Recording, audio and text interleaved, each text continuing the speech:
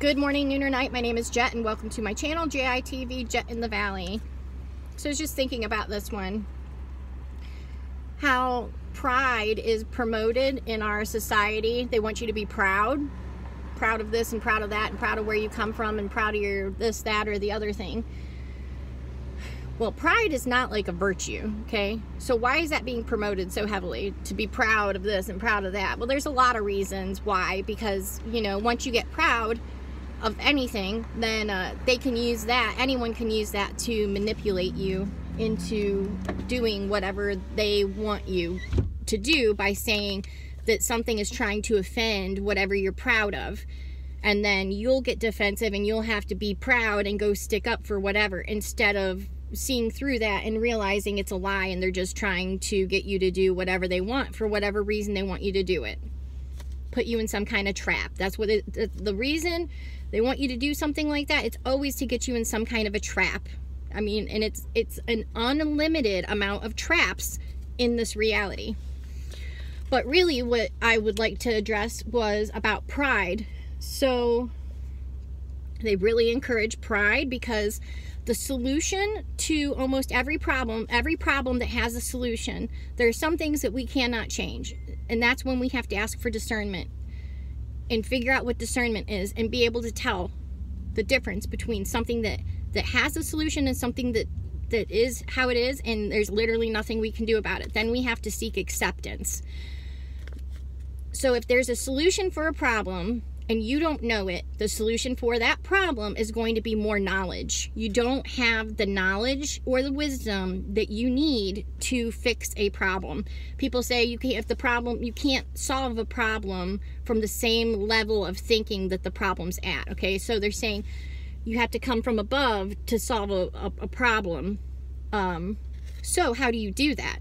You do that by seeking more knowledge and more wisdom, okay? But if you're full of pride, okay, you're not going to ask questions. And to get the more knowledge and to get them to what you need to fix the problem, to find a solution, you have to not have pride. You have to be able to be humble, because you have to seek and you have to admit that you don't know what you need to know to fix this problem. And that is real strength. Real strength and being really strong is to admit and to understand when you don't know something that you need to know. So that way you can go and figure it out. You can go and get the answer. If you will never admit that you don't know, then you're never ever going to solve that problem. And if you're full of pride, then you're not going to be able to be strong enough to humble yourself and realize that you don't know, because there's nothing wrong at all with not knowing something. Not everybody knows everything. Nobody knows everything. So why do people think that they have to be the ones that know everything? Like, I have to be the one that knows everything. It's like, no. You will know 10 times more stuff and more. You'll have so much more knowledge, and knowledge is power. So once you have the knowledge, now you have the power, because now you have the capability and the information and the knowledge and the wisdom to fix a problem. So who would benefit from you being full of pride, which would make you incapable of getting the knowledge and the wisdom that you need to solve a problem that you have, okay? The worldly systems benefits from the average person being full of pride and not seeking and asking questions and not getting wisdom or knowledge and not understanding what discernment is, and nor understanding the value of any of those things. Also, pride is bad because it separates you from love. If you have pride, it's against love, okay? Because love is all-inclusive. Love is not just one person. Love is for everybody. It's inclusive. It's the opposite of prideful. You think about something like there's a lot of examples, but you see a mother holding her child, you know what I mean, and you're comforting and you take care of. That's love. That's one display of love. If she was full of pride, how would she be treating that baby? You know, there's lots of different ways to look at it, but these systems benefit from people being full of pride because it keeps them weak. And once you separate yourself from love, and you start to separate yourself from love, which is your superpower, love is the most high and the most powerful in this reality, then you're getting weaker and weaker and weaker. Then you're getting easier and easier and easier to control and manipulate and to get people to do what they want, what you want, what these systems want. You know, because if you're weak and then someone says something like, oh, I can't believe, like someone starts picking on you, you crumble. You crumble and you hide and you go inside and you, oh, I got, you know, whatever. If you are weak, that is what happens.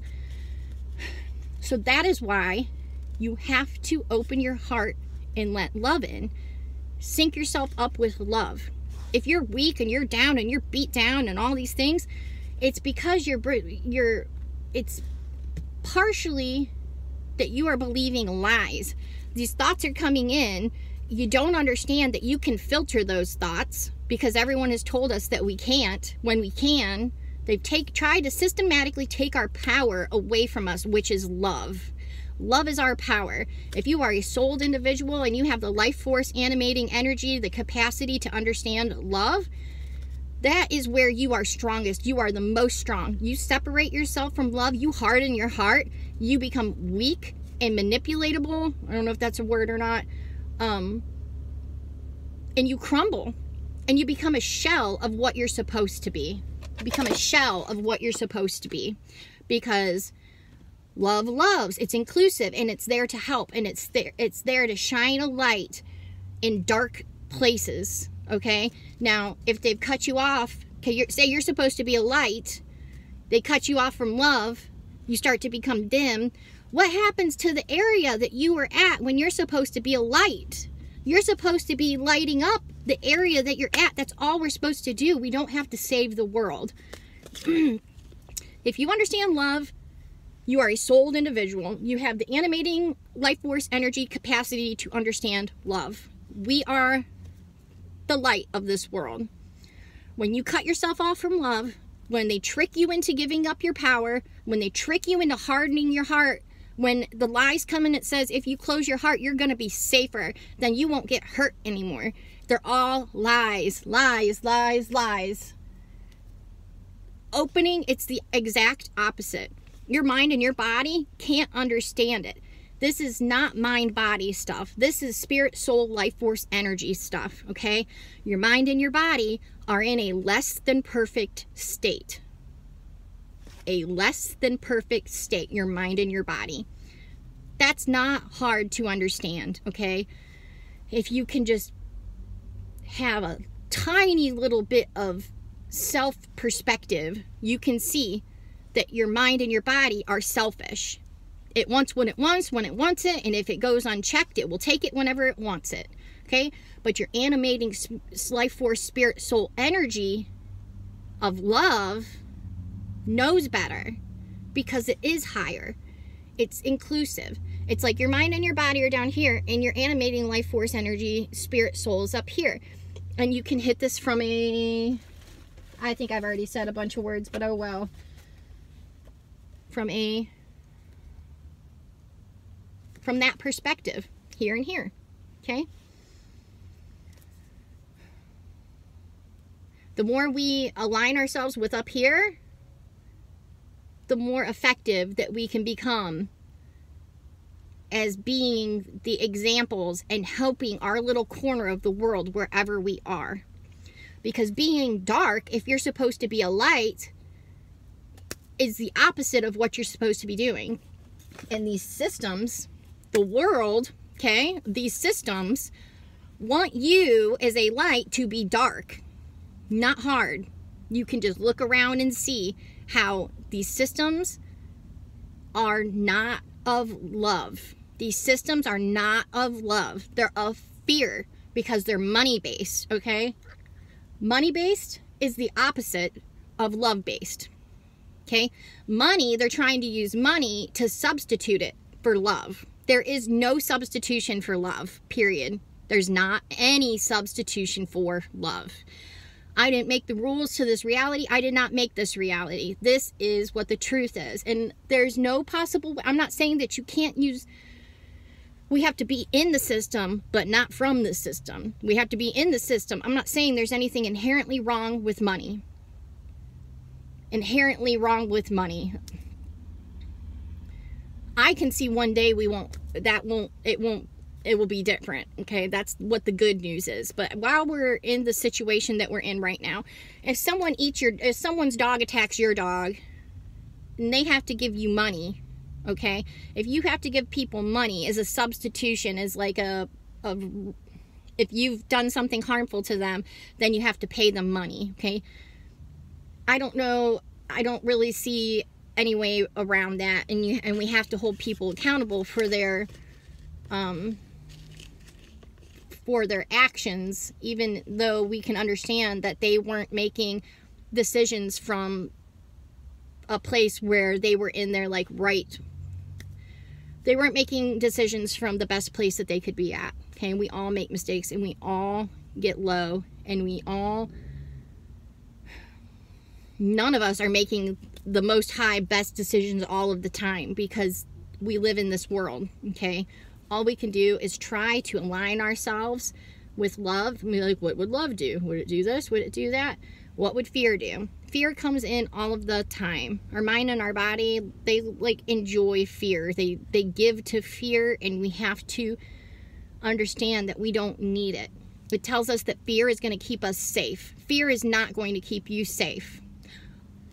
Your fight or flight, if you're getting ready to get robbed, that kicks in. That's like an instinct, right?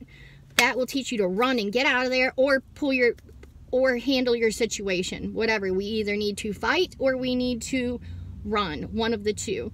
That's built into our bodies to keep us safe in this environment. What I'm talking about is fear, is like what a worry wart, what someone would call like a worry wart, or somebody who has anxiety, or someone who has a slew of other things that are labeled as mood issues, or this, that, or the other. It's all a fear issue. It's these problems are fear-based problems. The solution to all fear-based problems is love, because you cannot be in love, okay, and in fear at the same time. It's impossible. That is provable science, okay? That's provable, repeatable. You can even try it for yourself and see. So if you can't be in love and fear at the same time, and we've known this for at least 1,000 years, why is that not being promoted on the television and media and movies and schools and public schools and doctors and shrinks and all of that? If you can't be in fear and in love at the same time, why is that not being promoted as a solution? It's because all of these systems that are existing are benefiting from you remaining in fear. From you being afraid, these systems in the world are benefiting, okay?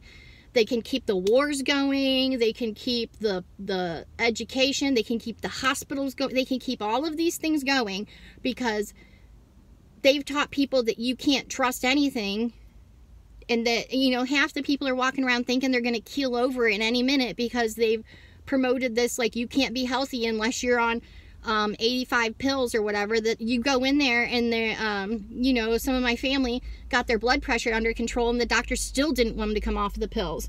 So you know what, like, why do I need these? I lost weight, I did the healthy things I'm supposed to do, and you still want me to be taking your pills with X amount of side effects? They're not side effects, they are direct effects.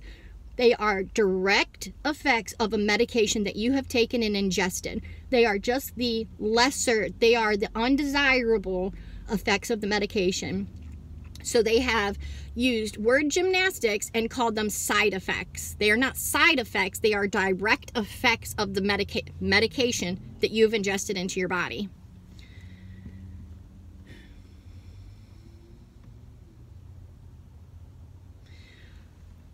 All right, I'm going to call that one good, and I just hope that that you understand that these things that I am saying, I say from a place of love, because I see what's happening. I see people every single day being taken advantage of. I've seen my family for generations be taken advantage of. I've seen, once you see the system and how it's operating and how it's functioning, if you are not upset, if you are not full of,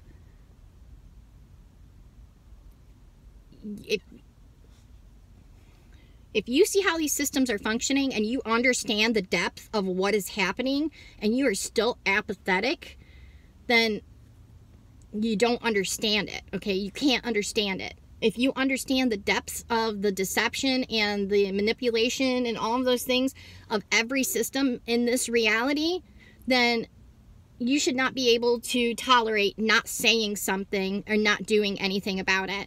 It said, I heard it at a punk show I went to with my partner, and these women said, it's a quote from someone else, but they say, you know, the only thing a bad person needs is for good men to do nothing.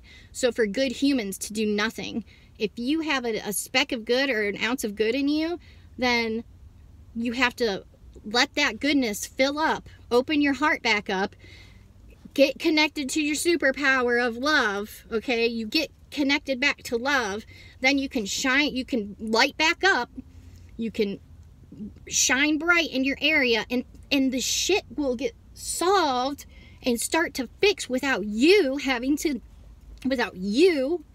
know or do anything. If you just get connected back to love and you are a transmitter of love and you open yourself up, regardless if anyone says you're weird, okay? Who cares if they say you're weird? I don't care.